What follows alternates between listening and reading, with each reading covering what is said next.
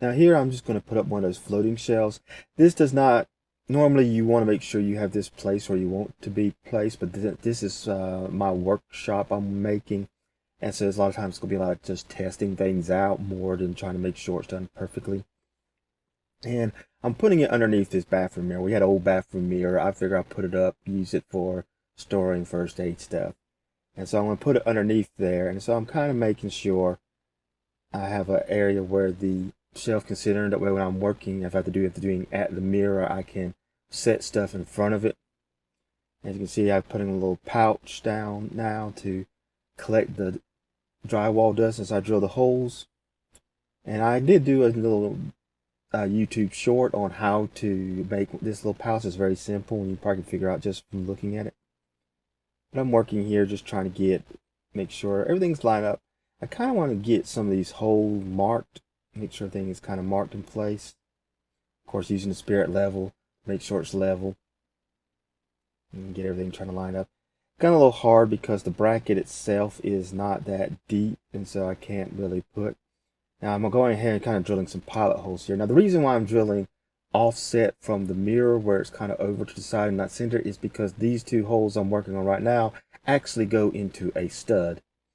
And that's what I'm wanting, is make sure at least two of the screws, or at least one end, is into the stud, and then I'm going to be placing in the rest of the drywall with the drywall anchors. As you can see, that's what I'm doing right now, is I'm getting ready to put the drywall anchors in. Now, I'm having to make this hole. That first one right now, just kind of widen a little bit. I had a tough time trying to get the anchor in, so I just gave up eventually. And I don't know why, because all the holes are the same, and there's nothing back there because I only put a screw in. It just went right on in, so there's no stud. So I don't know why I could not get one of the anchors to go into it. But I spent some time making sure these holes, trying to widen these holes and stuff. Make sure I want to just go up a little bit at a time, a bit, because I don't want to put where the anchors could easily just slide in and out, because that kind of defeat the purpose of them. At least I think. This is my first time actually using these anchors. I've never actually had to use them. I never used them before, or if I ever used them, they were already into the wall. And so, like I said, I'm guessing I'm doing this right. Now there was I have done some bigger anchors correction. I did do some bigger anchors on another floating one, and all those you had to just do screw in. These I'm guessing you have to hammer in, because I didn't see no way to screw them in like the bigger ones. The big ones had a spot where you could actually put an extra screwdriver inside. And I do like some of these floating shells, although for some reason they're super expensive. This one I'm putting up I bought from the bin store. It was like a pack of 2 for 8. I figured I put one underneath the mirror here. I said I had up another one already. That was the first one, my test one, to actually trying to learn how to do some of the stuff or what to expect. Yeah, this one right here does not, for some reason, I never could get to actually go in, even if I hammered it. I don't know why that hole did not want to work with me.